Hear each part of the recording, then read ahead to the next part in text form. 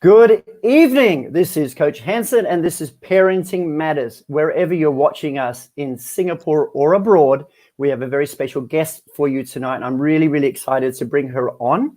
And so thank you for joining us on this Parenting Matters show, where we discuss the issues, the challenges, and the opportunities that families go through. And in particular, tonight we are talking about COVID-19 on the back of that. And we're going to focus more on what are the most valuable outcomes that this family has found through this period and moving forward. So tonight, my guest, I'm going to turn to this screen and talk to you. My guest, she's a working mummy. I call her a super mummy of a lovely Singaporean family, and her youngest daughter is one of my students. And so she's an incredibly courageous kid, I can tell you that. And so tonight, a conversation will explore what went on behind the confines of the lockdown in a Singapore family, and we'll explain. We'll explore three things. One is the challenges that they faced in the lockdown, how they were able to adapt, and what, if any, were the best outcomes from it. So, help us make a warm welcome for Miss Edna Thio. Here she is. Yay! Hello. Welcome. Hello, Edna. Thank you, Coach Hansen, for having me. Great to see you again. And I know that you've been incredibly busy being a working mummy and a big family, which we'll find a little bit more about tonight. And so I know you've also got to rush off for another meeting. You are so flat out, and it's 9 o'clock at night. Yes, I intend to make it a power meeting and be in bed by midnight. Oh, wonderful. So if you could give us some context to, your family situation, and then when we delve into these outcomes and these struggles, it'll probably be a little bit easier for people to understand. So Singapore family, tell us a little bit about your family so we can share. Oh, okay. I have 4 children. 3 are in their teenage years and early adulthood. With my eldest being 20 this year, and I have an 18-year-old and a 16-year-old boy, and then my youngest, who is Clara, who's into skateboarding at age 11. So my family's pretty big family in the Yes. As compared to Singapore, common-sized 1 or 2 child family. Yeah, absolutely. And I must disclose to the viewers, I have been your guest in your house, and I have seen the awesomeness in the kitchen, in the house, and I've seen some of the madness as well, and it's been beautiful madness. Yes. It's been beautiful. So I'm very, very, very blessed to have you guys, your family, as a friend as well as a client. Being having Clara in our club. Thank you for giving us some introduction to your family. So let's get into it. Tonight we're going to talk about the challenges, and if we can hit that nail on, I think we agreed just before we came on, Ed, and we just don't want to delve stay too long on the problems, because everybody, I think we've agreed we're moving past COVID. But just to give some context to the outcomes and the value that you guys have found, what were the biggest challenges faced during? I think during the 2 months of the lockdown, I would say that it was very stressful transiting, being home with the children 24/7, especially when I'm used to working in office. I'm actually running a design agency with my husband, so both of us are really full-on running the daily operations and all. So it's very often almost 3/4 of our days are spent in the office. So it wasn't easy transiting back home and trying to run the team, run the deadlines, and being surrounded with 4 children. And I think the challenge mainly was that we saw a lot of stuff that goes on in the day that we don't get to see when we are working. And it kind of drove us all crazy. watching and observing the behaviors. And we give so much to the work, but to see our children not in that space that we desire them to be as children, in excellence, and spending a lot of time on the screens. It wasn't easy. And that created a lot of stressful conversations. Trying to run meetings and not yell at a child who is on screen watching a YouTube which you don't approve of, or or a game that has gone on for hours. I think it's not easy. I think when they're in school, you kind of assume that they are very gainfully occupied with their time learning or being with their friends. But when you're back home and you see that, hey, their eyes are all glued to the screen, their ears are all tuned out to the surroundings, it really kind of it kind of made us realize that it wasn't a pleasant sight to meet face to face, and then handling that, because it created some outbursts, I think, of emotions on both ends, because the children weren't also used to having mom and dad around them breathing down their necks. And I think it was challenging for them to be being watched all the time, I think, from their perspective.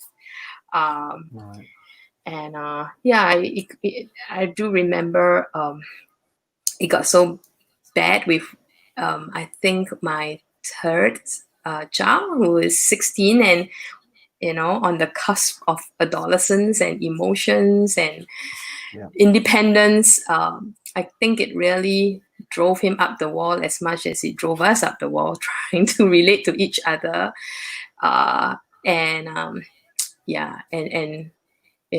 Him seeing us as that overbearing, as much as we see him as being very disrespectful in his behavior. That took a bit of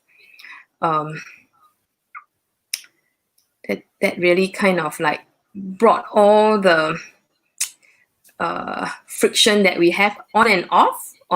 If we were not in lockdown, it would have been an on and off kind of like friction, but because we were spending so much time together, it felt like it was constantly in our face. And it kind of accumulated and erupted by the third week. And the little accumulation of frustrations kind of like exploded in our face.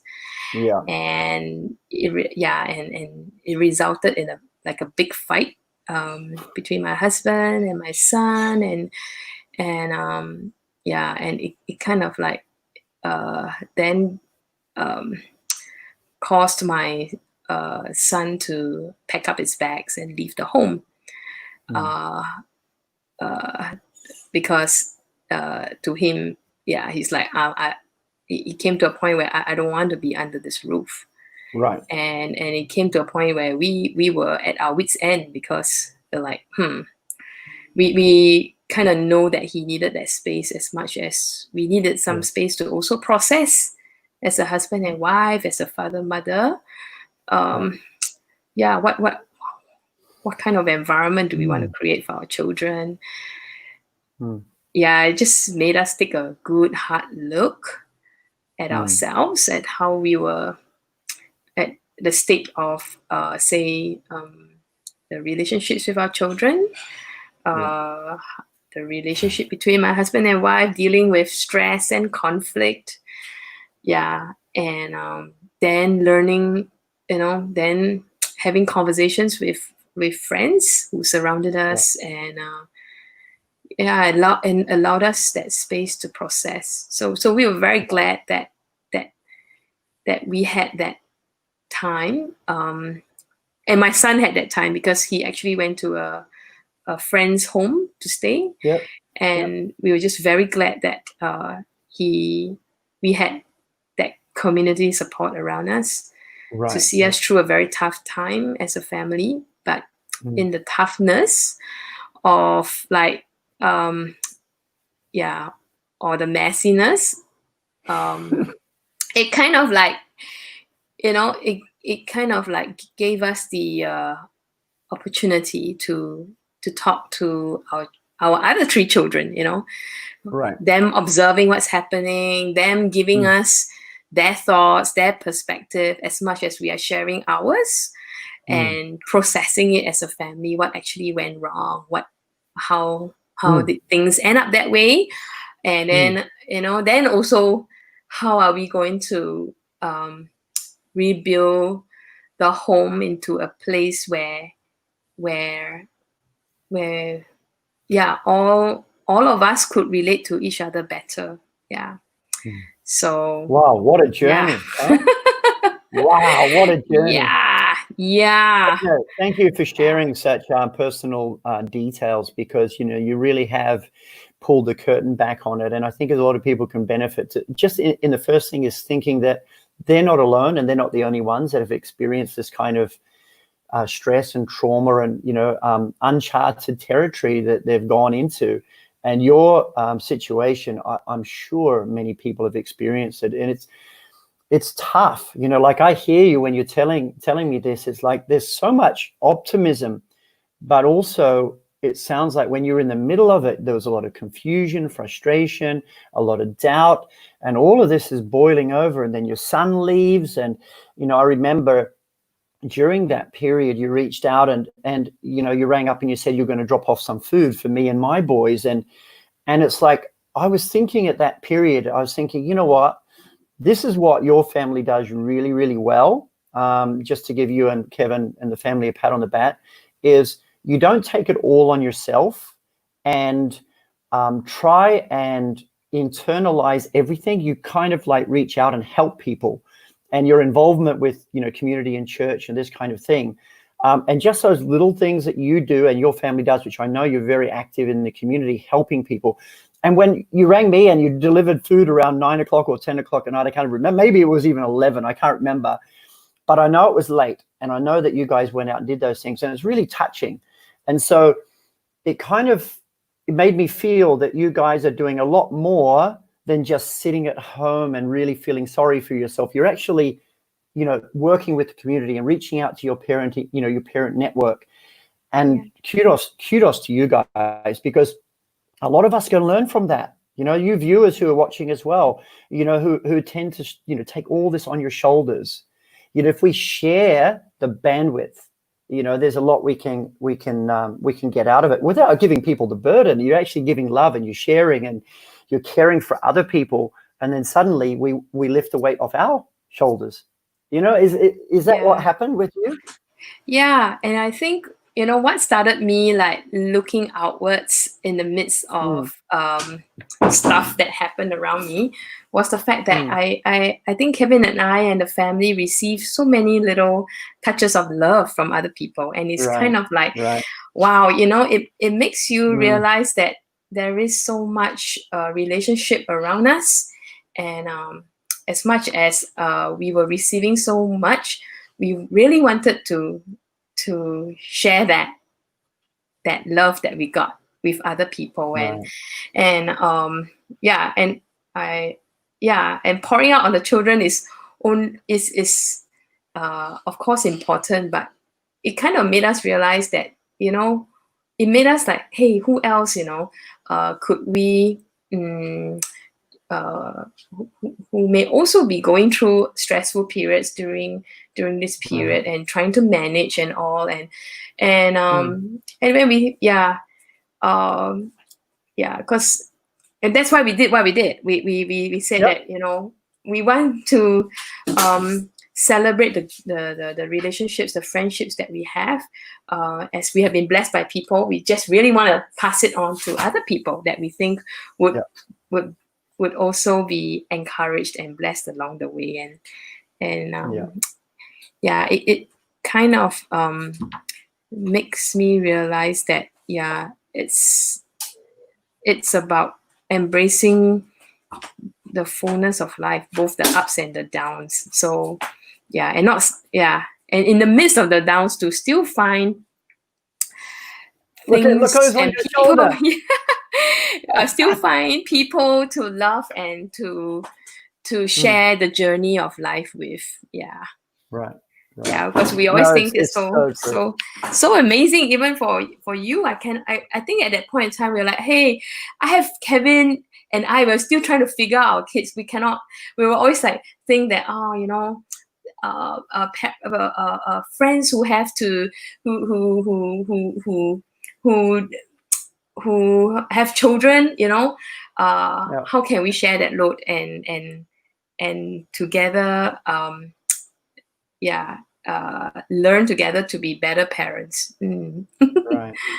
Yeah. What I mean, you've taken us into the bottom of the pit and the struggles, and I think we've spoken about a few of these things, and it was tough. You've had somebody, you know, leave. You've had arguments in the house. There's been tension there. You've had to also run a business, which is a design agency, Yellow Octopus. It's massive. You guys have had a lot on your plate during these weeks and months. So hey, I'm so proud of you guys. I mean, you guys have done so well. And then on the outside of it, lessons that we've learnt. What I saw is that you guys were sharing and so community based. And I like how you said you stopped looking inside and dealing with the matter that you had to deal with, and started to look out and consider other people. And it's really, really interesting, Edna, because we tend to always, like my mother told me, she said, charity begins at home. We look after home first, and then we can provide more for other people, right? This is the old saying. And I've come to believe that it's a little bit different to that if we look after other people more, then in our time of need, there's always an abundance. You know, so what I see that you guys did is kind of like dealt with what needed to be dealt with, and then you reached out and provided so much value to other people like me, you know, and really, really is appreciated. So thank you. Oh, some of the tough stuff, and you had to make some tough decisions. What was one of the toughest decisions you had to make during that period? Like you had arguments, you know, your son left for a few days, you went to a good home, that was all right. But what's one of the toughest decisions you think you had to make? And I'm still making, I think, that same decision. I think as a working mother, it's always about the struggle of, am I having enough time with my children? And am I present for them at their moment of need? And just being present when they need me at that point in time. Because I think sometimes being away at work, you know, from 8 to 8 or 8 to 9, you are really left with maybe a good solid 2 hours back home to relate to your children. So I think this lockdown period, I came to realize that I needed to make a very tough decision about being present for my children at this very critical stage for so many of them. I mean, I have a twin going 12 who is in a hurry to grow up and to be to be given more independence, which means that it's even more necessary for me to give her guidance before she flies, you know, off on her own. I have adolescent children who is trying to handle their own journey of finding their identity, you know, struggling with their studies, their worth, everything.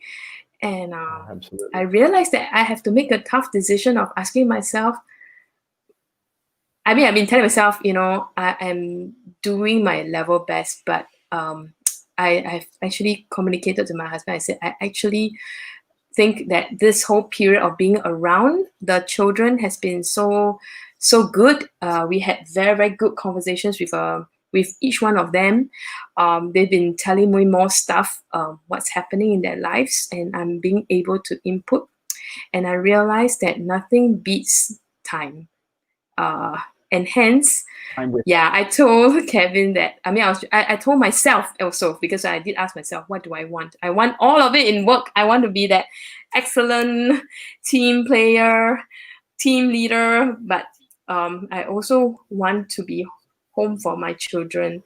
And I think I used to think that it's not possible to work from home. Right. And be able to do work well and being around for the children. I am quite known to be very compartmentalized on how I do my stuff. This is the time I dedicate. Okay. But through lockdown, I realized that working from home is actually possible and still run a team and still meet the deadlines and still do the meetings and and not feel like I shortchange anyone. So I kind of like making a decision that, hey, at whether I could do this on the long term.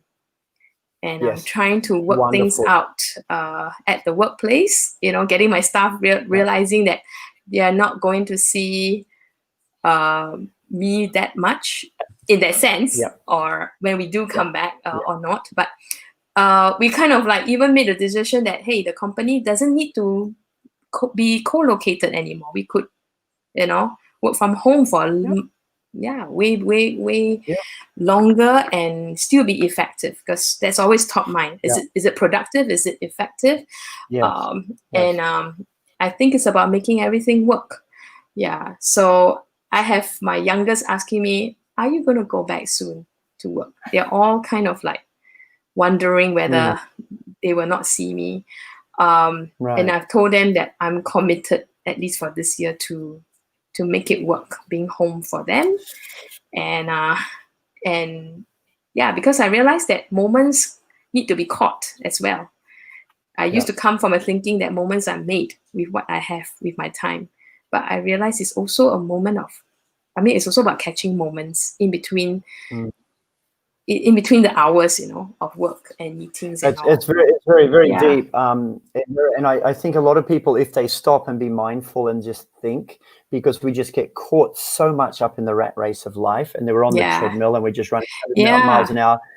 And those beliefs that we ingrain as we grew up, that a hard worker is somebody who does more time and is spent more out of the house, like our parents and our grandparents and stuff. That's the ideology of work, right? That belief.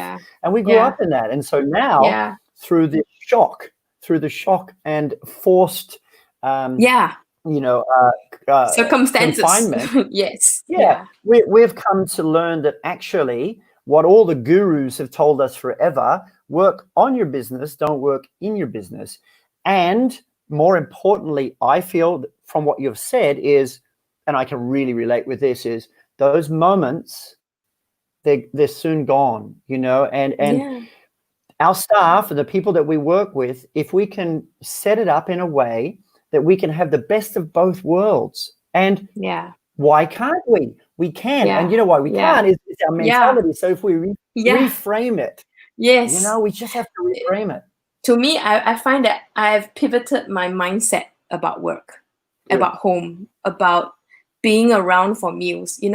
Before lockdown, my meals with my children only take place on the weekends, because most of the time, by the time I come home on a weekday, they already had their dinner. So we don't have family dinners on weekdays. I try to make it on weekends, but I kind of realized that, if it's not for lockdown, very soon, even the weekends will have disappeared, because my children are growing up. Their meals on weekends are their time with their friends. And even by the time I make time for them, they won't be home. And it kind of woke me up, during this period, that I have been having so many meals with them. It's been so great. Meal times have been much noisier. And, a lot of conversation, a lot of memories being resurfaced, because we spend time and talk and making time and I know the initial struggle of being confined was, how do I draw the boundary between work and home? Because the first few weeks I was running like 12 hours. That's the cat and dog. Cats and dogs don't get along, but if they have to get along, they become best friends. And so, like, if you've been taken out of the family for so long, you're the cat down the road, and everybody's in the house, and then suddenly you've come in. So I also experienced that. And parents, if you've seen this, put some comments in the comment section. But was cat and dog for the first 2 weeks, 3 weeks. Oh my goodness, we're losing our brain. Everybody's getting crazy. And then it starts to work. And I think I agree with you. I don't want it to go back where I'm 100% work orientated, because we've only got this window. So parents, if you've got 6 to 12-year-olds, and even up to, in Edna's case, into teenagers, please, please, please find some time. Make sure, because we're always trying to keep ourselves busy, and we let the kids do their thing. You know, we've got tuition, we've got sports, they're all busy, and you know, let them do their thing and let us do our thing. But that's actually not independence. What they need now is they need us to be around, because soon, 15, 16, 17, as you're experiencing, they're going, I want to be by myself, but do they have the tools mentally, physically? And this is what your job, my job, our parents between the age of like 8 to 16.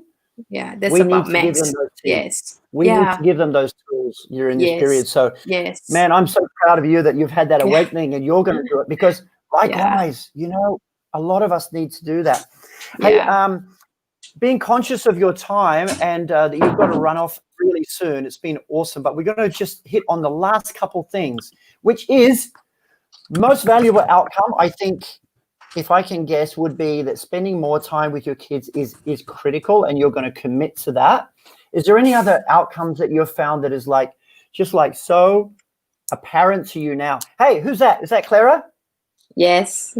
I've said awesome things about you earlier. Hello, say hello to the world. Say hello. Hello. Yep. Wait, hello. It's really live. Yeah, we're really live. We're on YouTube and Facebook and everywhere. What's the you look so pretty. Have you done? You've washed your hair and you've hair dried your hair. I can tell.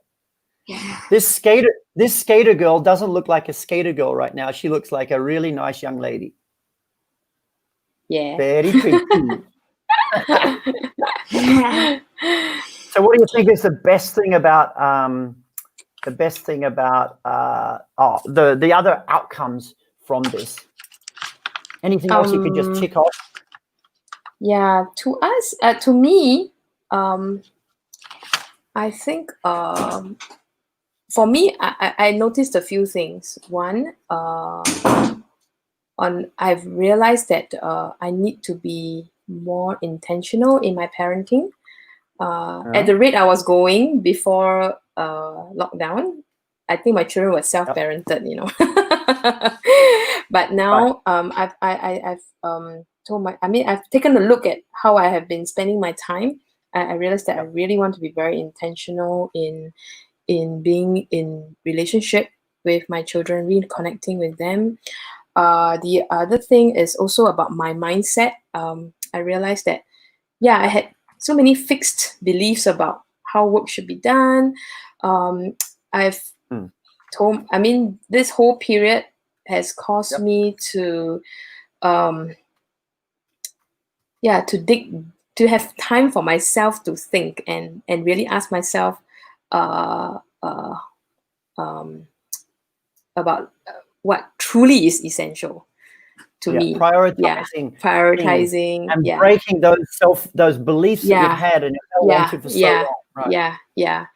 And being excited at the new possibilities of doing work from home, remotely, without having to be at the desk, without having to see everybody. And they probably feel better too, because they've got space. It's amazing, isn't it? Wow. So it's a little bit of slowing down for certain important things. And I think this whole period has made me appreciate the community around me. I think, and not to take relationships for granted. You know, until you cannot see your siblings, parents, close friends, then you realize that are you going to just stay isolated, or will you actually intentionally text someone to say, shall we have a chat? Because the first few weeks I was basically like, just all this non-stop video calls made you want to curl up in one corner and not talk to anyone after that. But that's just work. What happened to the other parts? But because I was so consumed and I've given up so much of the energy to the work. I couldn't find a way to put myself back in the community. It took a while, and then when people reached out to me, even without me asking, when they texted to ask, how are you? Should we have a chat? You know, you kind of realize that you need that. And when you make that time for them to converse, it is actually so good to connect. And with that connection, you come the learning from others, and then it comes the